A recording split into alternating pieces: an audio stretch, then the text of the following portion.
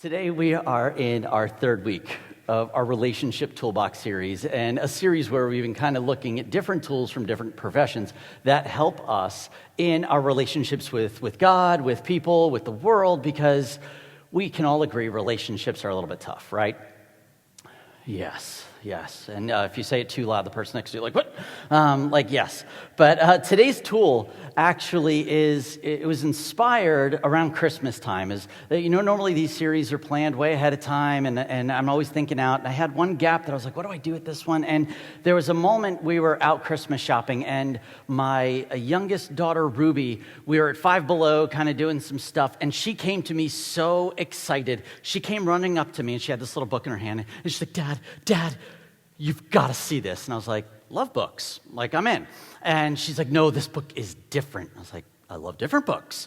What? Tell me about it. She's like, Dad, it's like a book designed for people like you and me with ADHD. And I was like, what is this gift? And she goes, look. And she opens it up. She goes, Dad, it's got a calendar in it. You can get a calendar. And Dad, look, you can organize your day and make a to-do list. And I was like, oh, a day planner. And she's like, what's that? And I was like, it's what you have in your hand. It's a planner. And she's like, no, it's like an ADHD book. Like, this is for us. And I was like, I get what you're saying. She's like, did you know they have this? And I said, actually, Rue, I did know that they had this. And she's like, really? I said, well, believe it or not, when we got home, I said, I've been using planners for a really long time. And she's like, wow. I said, yeah. And so I actually pulled out one of my old planners and showed her. And this is one of my actual planners from 2004. And what's funny is I thought, like, wow, this is an old planner. It's almost 20 years old. What was I doing 20 years ago? And what's hysterical is this tool that most people use to figure out what goes on in their day and their time, especially if you are sought after by so many, tells you what you've done with your day. Now, it'd be kind of terrifying if we wrote everything down, wasn't it? Wouldn't it be? Well, I do. I write a lot down, everything. And if you're here and you're like, what in the world is a day planner? And you're in that space, maybe the best way to describe it for you might be like an elementary school HAB, okay? And it tells you what you have to do, where you got to go, except you don't have to have a parent sign it because you're an adult, right? So you don't have to have, like, someone sign this is my meetings today. Or a better way to think about it is iCal on your phone, but it's actually on paper, okay? Like, you put it down here, and it's amazing. So I looked, and when I found this is my 2004, and this was an interesting year when I started looking through it this week even, because the beginning of the year actually has my wife and I, we had just gotten married. It was our first year of marriage, and we were living in Deptford, and we were down here in South Jersey. She was studying all her nursing stuff and working as a nurse. I was a barista. I ordered this. It's just funny. It tells me my barista schedule at Starbucks. It also tells me the church that we were involved in and what people we were getting together with. Tells me which nights I was doing my part-time delivery of Chinese food for my neighbors. Right up there, they owned a restaurant, Oo and Chow, and that's what I delivered for them. And it was fun. Like, I see what I did, but I see all the family members we hung out with down here. I see all the friends that we were getting together with, but sometime in the middle of the year, something shifted. And I can see it right around the April, May time that I started having different meetings with people. And those meetings were largely built around getting a new job. And so I see that I interviewed in June for this job that I ended up taking a couple weeks later in North Jersey as a full-time youth pastor. And I was like, I forgot that happened that year. I had no idea. It just gone. As I move into July, I started my job there at my new church in North Jersey on July 18th. And you know what's funny? It's from July 18th all the way to October 31st. I recognized I only had 8 days off. I was away about 5 times from my wife in that first year, at multiple times for multiple days and weeks at a time. And every day is filled with new dinner meetings, new lunch meetings, different things to do at the church that I was working at, 40 hours a week. And I started to realize, as I look back on this, I was burning out. I don't know how I did all this, but something shifted when I got to November. My day planner told me something shifted. This is just a quick look. Something shifted on Mondays. I don't know if you could see what's circled there, if you're maybe close to it. Can you see what's written on the bottom of that day? Off. I recognized I was so burnt within just 4 months of working at a church. I was so overloaded. I had only taken 8 days off and something had to change.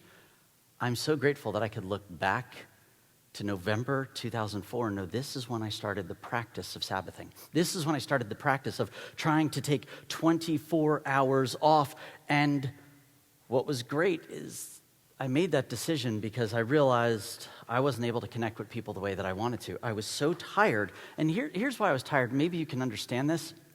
When people want your time and people want to be in relationship with you, I thought that I was looking more like Jesus by trying to spend time with everyone, to give equal time to all people, because that's what Jesus did, right? He met with people all the time. He was always available for people. And so as a follower of Jesus, that's what you do, right? That's you got to invest in all the people who are around you. And what I realized is in that time, I wasn't investing in the most important relationships around me, and my marriage was taking a hit. My family members outside of that were taking a hit. And when I decided to take 24 hours off, I ticked off a lot of people around me, inside and outside the church.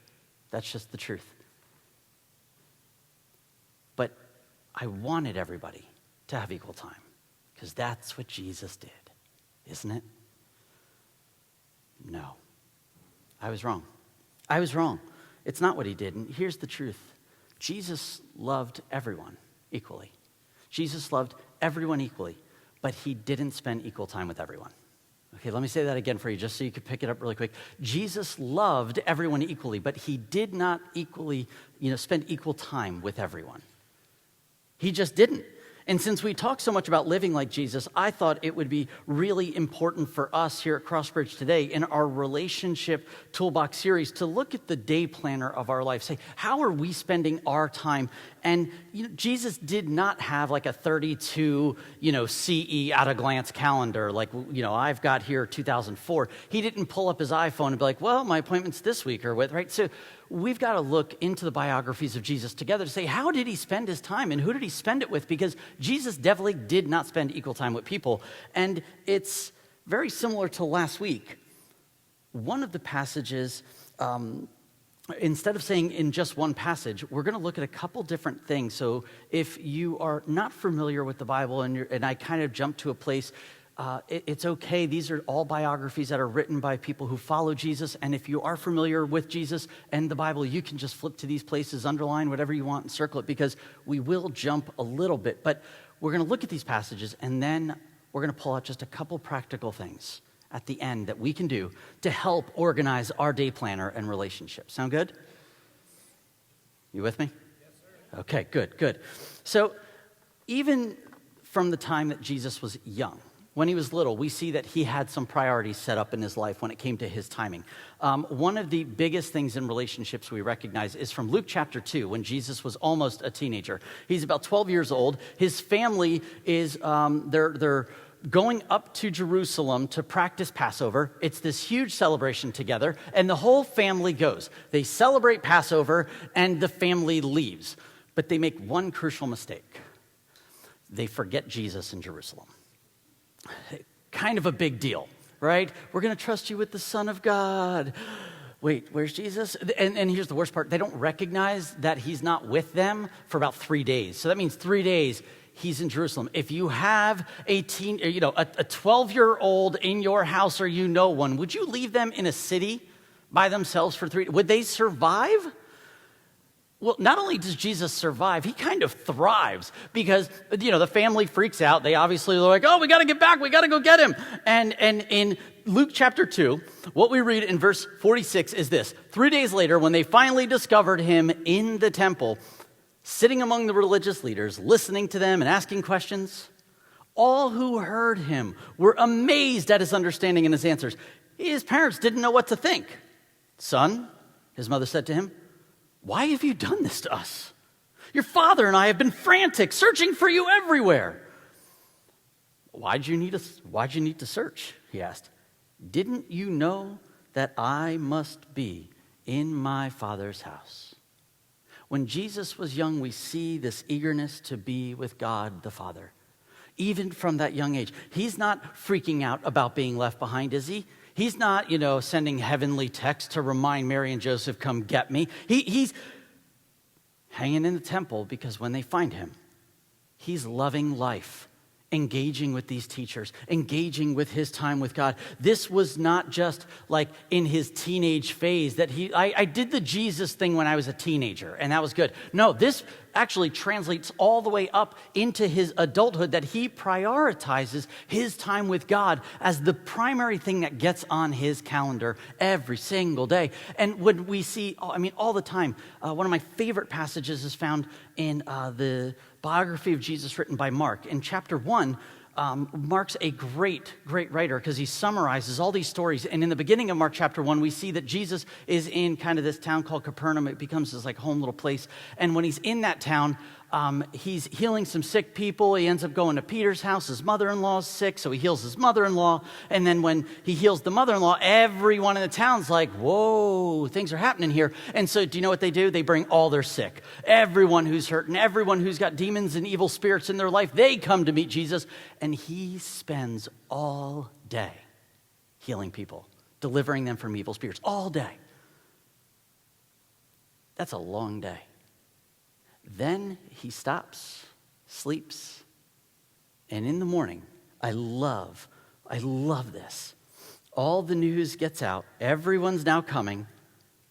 And if you're looking to gain followers, this is what you do, right? Keep healing, people come. In verse 35 of chapter 1 of Mark, it says, before daybreak the next morning, Jesus got up. He went out to an isolated place to pray. Later, Simon and the others went out to find him. When they found him, they said, everyone's looking for you. But Jesus replied, we must go on to other towns as well, and I will preach to them too. That's why I came. So he traveled throughout the region of Galilee, preaching in the synagogues and casting out demons. Do you know what's funny about Jesus? He's not waking up ready to meet people. He's waking up ready to meet God. He needs to spend time with his Father in prayer. And when the disciples who just are trying to figure out what's going on following him are like, oh, people are coming, the movement's happening. Look, they're from all their cities, they're coming in. Jesus is not concerned with the amount of people following. He's concerned here. He's saying, that's not why I'm here. This is not my priority, all these people. Another town needs to hear the news. We need to get going. It doesn't even say they went back to say goodbye to everybody or to explain to them 100 different ways that they have to explain to them, this is why we can't make it, and come up with the fake excuses that we all do when we don't want to do something. We don't find that. He's just like, this is not what I'm supposed to do. We got to move on, guys. And that's what he does. Because on a personal level, I remind you, Jesus loved everyone equally. But he didn't spend equal time with everyone. When it came to his followers, we got these 12 disciples who are all excited for Jesus. Let's get going. He's got a top 3. This is like the first MySpace top 8 if you're a little older. You know what I'm saying here? Right? You got to pick your people and who's going to go up top. And if you missed that, oh, you missed a great season of social media where it began. Actually, I'm not sorry for you. It was the worst. He's got his top 3. His top 3 guys. A man named Peter, a man named John, and a man named James. These are 3 that he pulled to come with him all the time. He had some of the most amazing and the most difficult conversations with these 3 guys. He invited them to join him on things that he did not ask the rest of the disciples. And the greatest picture of this, in my opinion, one of these amazing moments, is actually in the passage that Katie had read for us from Matthew chapter 16 and 17. We find in that passage this really unique moment. And leading into that passage, Jesus has just asked his disciples a very poignant question of who do other people think that I am? And then he says, okay, great, who do you think that I am? And Peter has this bold moment where he says, you are Jesus. You are the Messiah. You are the Son of God. And Jesus, the very Messiah and Son of God, looks at him and he says, nailed it. You got it, man. You understand this. Right? What a cool moment. Now, if you are Peter in that moment, how you feeling? You're feeling pretty good, right? yes, Jesus, affirm me in front of everybody. I understand who he is. This is my man, and he's God. Like, oh yeah. And in the passage, what we read is the moment after they declare him to be God, he says he's free to explain to them that he has to go to Jerusalem, that it's not going to end well there. He clearly explains it the way they understand. And in a wonderful BFF moment, in Matthew 16, Peter, his best friend, in verse 22, it says, but Peter took him aside, right? This isn't a conversation for everybody. This is an aside conversation. Peter took him aside and began to reprimand him for saying such things. Heaven forbid, Lord, he said. This will never happen to you. Could you imagine this moment? Come on, how confident do you have to be to take the very man you declared to be the Messiah of the entire nation that you belong to and be like, listen, we got to talk. We got to do it a little aside. And you reprimand him. Oh man, reprimanding Jesus, this takes some, confidence, we'll say. And he's pulling him aside like he's a 6-year-old who's grabbing egg rolls at the buffet with his hands, and you're like, don't do that. No. That's what I picture here. And Jesus turns to him, and he calls him Satan, which is a very weird thing to say. This is his ultimate enemy right now. That he's get behind me, Satan. And then it tells us something that I think we gloss over all the time when we read this passage. And I'll check out verse 23. It says, Jesus turned to Peter and he said, get away from me, Satan. You are a dangerous trap to me. You're seeing things merely from a human point of view, not God's point of view. And in some of your Bibles and in some of your translations, Peter is using the word, or the Greek word that he's using here means stumbling block, right? Stumbling block. The Greek word is actually skandalon, and it's really about things that cause other people to sin. It's used a couple other times in the New Testament, but it always has something to do with it's going to cause someone else to sin. And maybe it was just the different wording in this version where it's, you are a dangerous trap to me. But in light of thinking of our circles that we have, of people in our life, and these spheres of influence of who we put on our day planner of time, I read this differently for the first time. And after reading it hundreds of times, it just jumped out different. And at this moment, Jesus told them, I'm going to Jerusalem. And he made it clear to them. And his best friend is basically saying, what are you talking about? We can't let this happen. You're the Messiah. Why would we go to Jerusalem? You're going to die there. Would you want your best friend to willingly go to their death? No. If they're truly your best friend, you're going to get in their face a little bit. You're going to say, there's a better option. There has to be another way. When your best friend, in this moment when Peter approaches Jesus, I've read it differently because I saw Jesus calling him a dangerous trap. I'm imagining in Jesus' moment of despair, if he's 100% human and experiences all that we experience and yet never sinned, in this moment, his best friend is telling him, you can't do this. I love you too much to let you go to your death. You cannot do this. Please, I'm begging you, we will not let this happen to you. I used to read this as a huge reprimand of you idiot.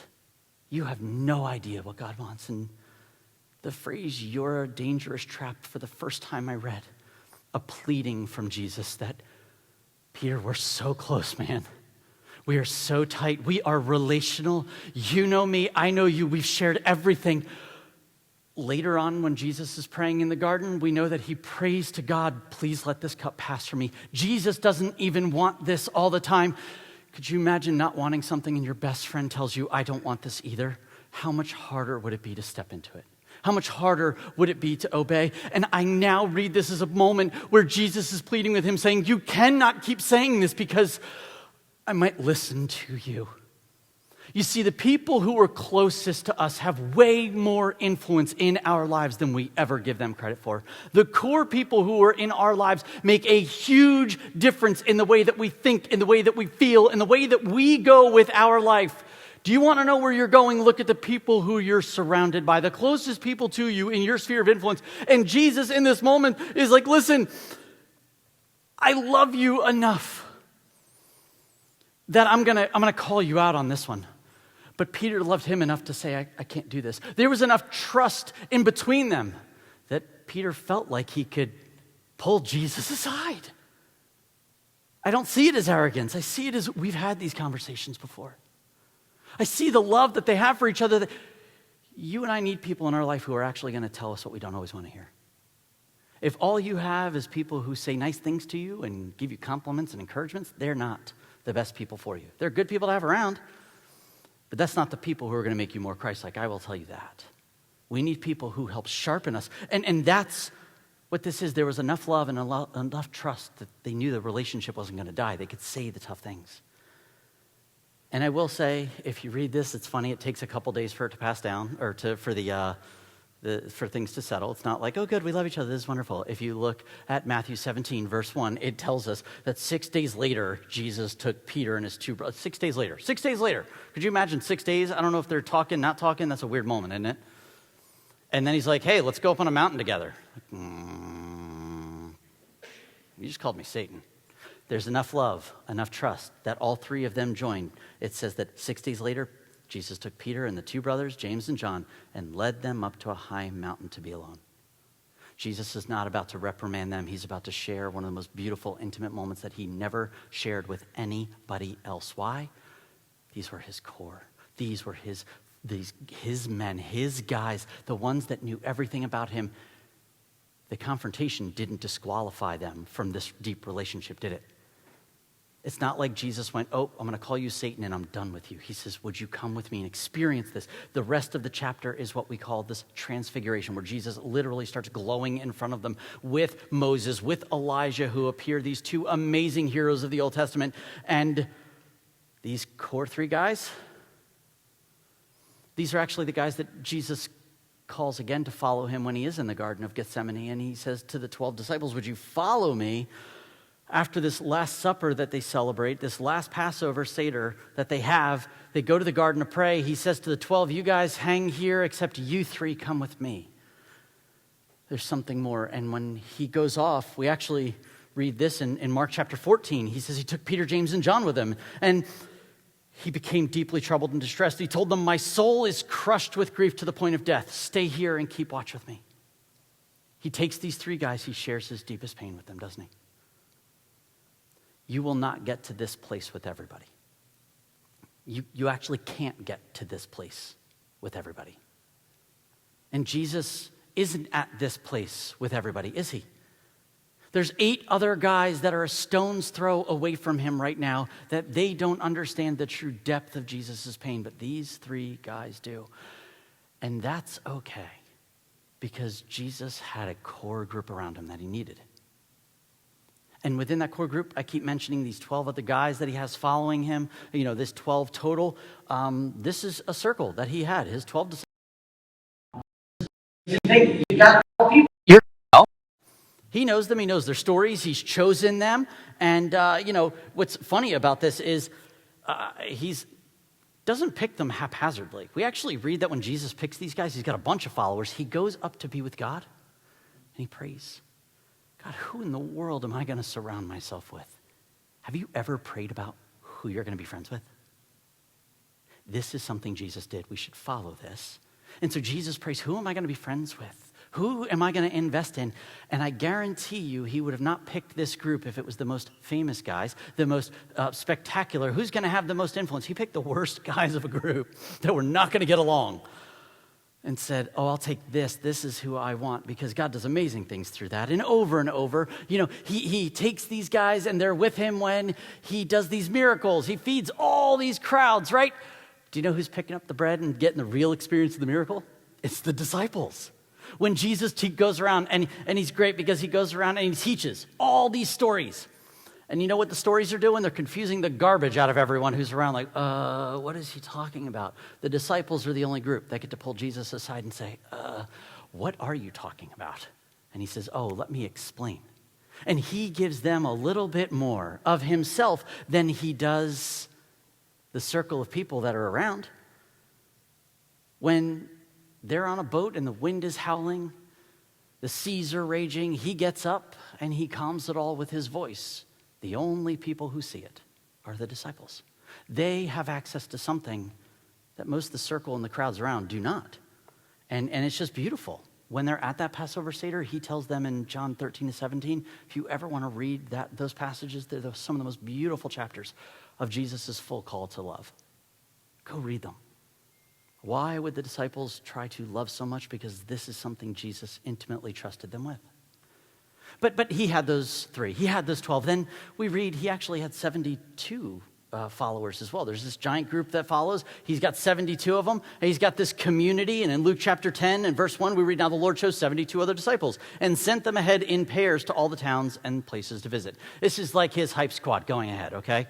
And they're building Jesus is coming, except they go and they've got power and authority that Jesus has given them. They actually go and they start healing people, and they're casting out demons, and towns are like, what are you doing? They come back to Jesus so excited. They're like, oh, things are happening. And he's encouraged by this, right? He's given them authority. Now, he's not going to pick just a random 72 people and say, go do crazy things in the name of Jesus, is he?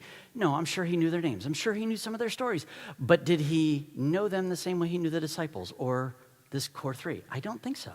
I think there was a different amount of time, but there was enough love, enough trust that he knew these 72, these pairs, accountability and community. This is important. And then, of course, after the community, we find a crowd.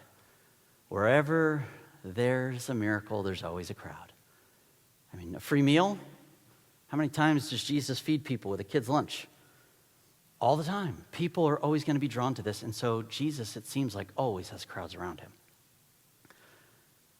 He loves them just as much as everybody else, but he does not spend time with them. Because just as quickly as crowds come, do you know what happens to crowds? They leave. They leave. You know the people who hang around us that are like, oh, I'm all in. And the moment they find out something about us they don't like, they're gone. This happens to Jesus. In John chapter 6, we see that, his teaching got tough. When following him got costly. And it says, at this point, many of the disciples turned away and deserted him. Then Jesus turned to the 12 and he asked, are you also going to leave? Right? Relationships are tough. Following Jesus is tough. Not everybody in our circles of influence are going to want to do this. And Jesus does not chase them, does he? It says that so many left him in this passage, if you read it. He does not chase them. He loves them, but he doesn't give them the same time that he turns to the 12. Crowds are not committed. They celebrate him as he rides into Jerusalem on a donkey, and then they cheer and scream for his very crucifixion later on that week. Crowds have no vested interest in you.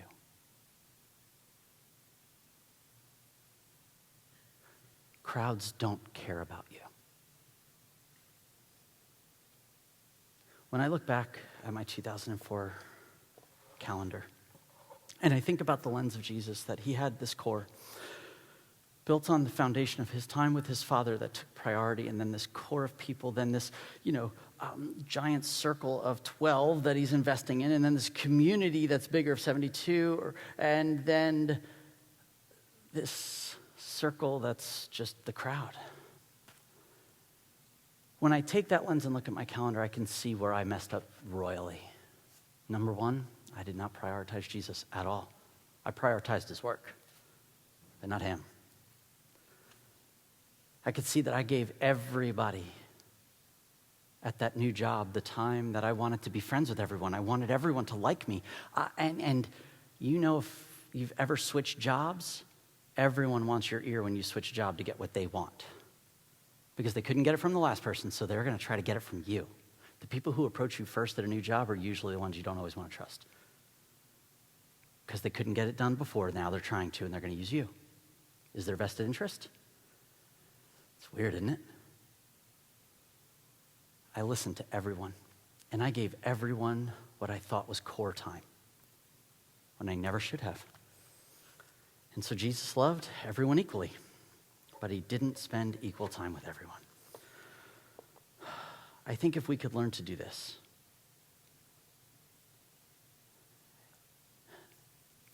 it's not in here. If we learn to do this, you're going to piss a lot of people off, just so you know. Because some people are going to think they're in different circles than you have them. Some people are going to think they're so close, but they shouldn't be. You're going to have to cut some relationships because you've got folks at the core that cannot be there. Jesus starts with his relationship with God, and I am pleading with you here today, this morning, online, in person. I am begging you, if you do not have a regular rhythm of being with Jesus, your relationships are going to be all jacked up around you. We'll say it over and over every week. If you do not have this in, if you're thinking, I don't have time, you do.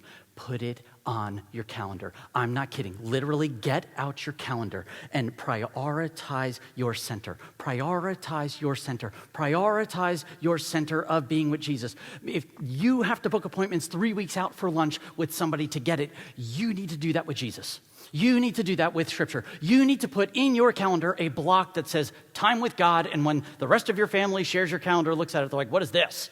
It's my time with God. Don't bug me. I can't afford to do that. You can't afford not to do that. You just can't. And it's always going to be the first thing to go. I stayed up too late watching the Eagles-Giants. I didn't get that time this morning. Yeah, people are going to pay for that around you. Prioritize your center. This is why we do soaping together, going through Scripture as we can. This is so important. The second thing that I would encourage you to do is identify your core. Identify your core.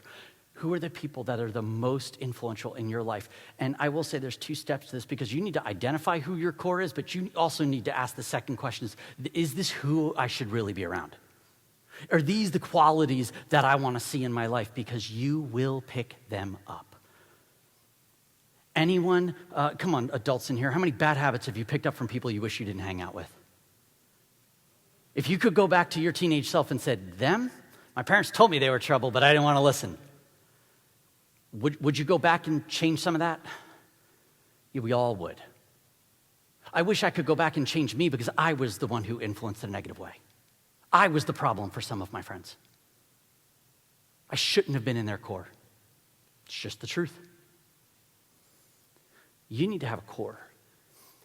Right now, for those of you who are in middle school, or you're in middle school and you're in high school, even in college, your time and the friendships that you have around you are far more crucial than you think, because the people around you influence you more than you think. Who are those people that you're giving access to into your life? That you're sharing things with, and they're sharing things with you. If they don't ask you questions about your life, they're not for you. If you're doing all the asking, that's a good indicator they shouldn't be in your core, okay? I know that probably sounds harsh.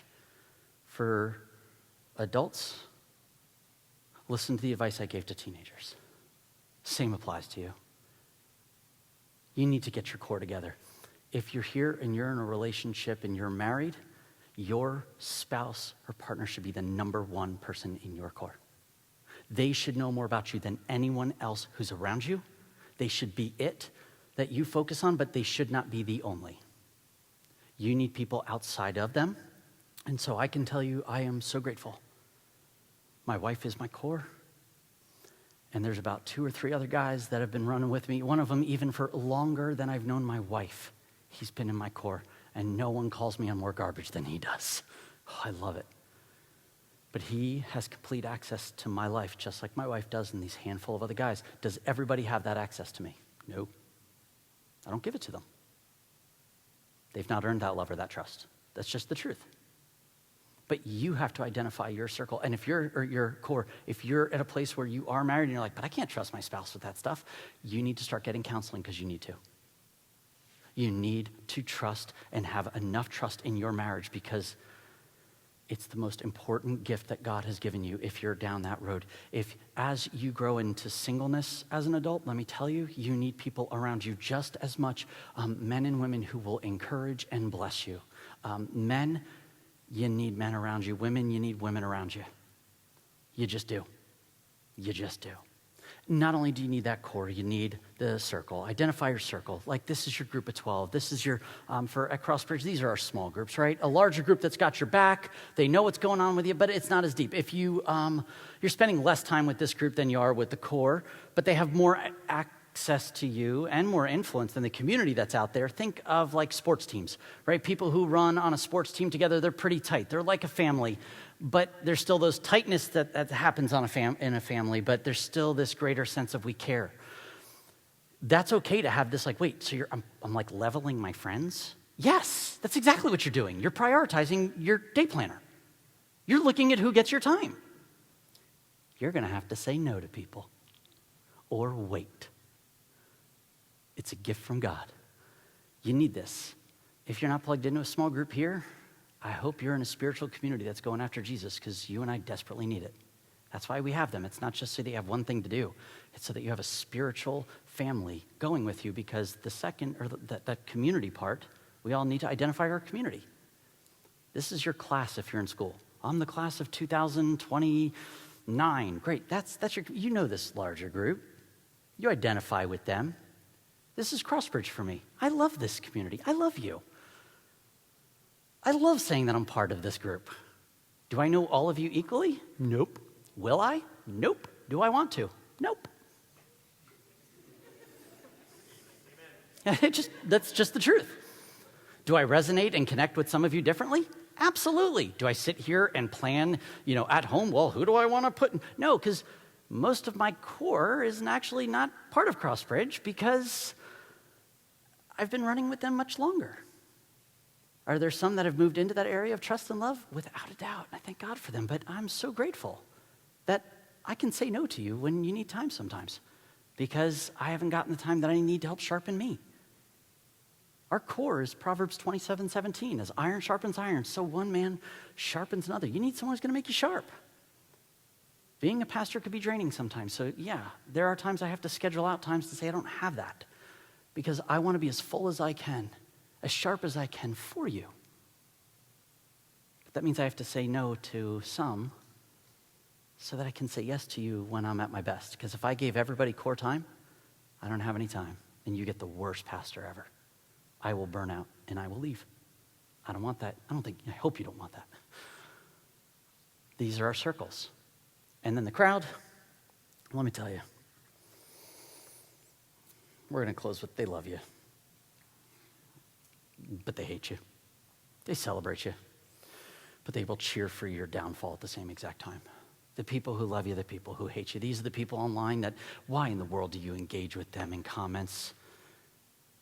You think far more of their opinion than you should. It's a waste of your time. Don't give them more influence in your life than they deserve. Be cool with identifying the crowd and saying, you don't get my time. Your comments, your voice is not even worth the time to respond. And I love you enough not to respond, because it won't be loving. You know what I'm talking about. When you let that person from outside have influence on your life, and all you have to do is go home and talk about it and how horrible they are and all this, but you barely ever see them, you've allowed them into a circle that they should never have time for, and you have killed the time with your core or with your, circle of people that need that time, and you need that time, but you've given it away to the crowd. Stop searching for the approval of the crowd. And when you look at your day planner, this one little guide that Ruby came up saying, Dad, do you know they have it? And I went, I do. Can I teach you how much of a gift it is that Jesus loves everyone equally, but he doesn't give everyone equal time? I'm not saying you need self-care when I say find your grounding. You need self-care. No, you need Jesus time. You need time in the Word, time in prayer, time without other people, so that you're the best when you step into those other areas. You don't prioritize it, no one else will. I can't make your core. I can't make your circle. I can't make anything for you. All I can plead with you is, would you have a planner where you literally put in how much time you spend with who, and see how it impacts you? The people who are around you, who are closest to you, will influence you more than you ever think. And you will make wrong choices, because as Jesus sat around a table at the Last Supper, he took this Passover Seder and he celebrated it with his betrayer. In his circle was someone who was out to get him, who took advantage of him. Will you go 12 for 12? Nope, not even Jesus did. That's okay. Some people change. You can move them. You know what the grace in that is? You change too. Who will you change to be like? Jesus looked at his disciples and he held up the bread at Passover and he said, "This is my body that's broken for you." And in that amazing, intimate moment in John, he said to them, my new command to you is that you would love one another like I've loved you. Go and show this first to each other, and they're going to know that you follow me by the way you love each other, but then you're going to do that with others. So you better figure this out. And this is my body that's broken for you, and what a gift he's given to us. We celebrate that today.